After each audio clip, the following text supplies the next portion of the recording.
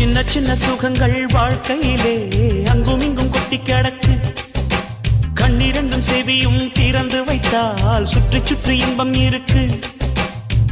புயல் வந்து மையம் கொண்டாலும் பூவின் இதழில் புன்னகை இருக்கு.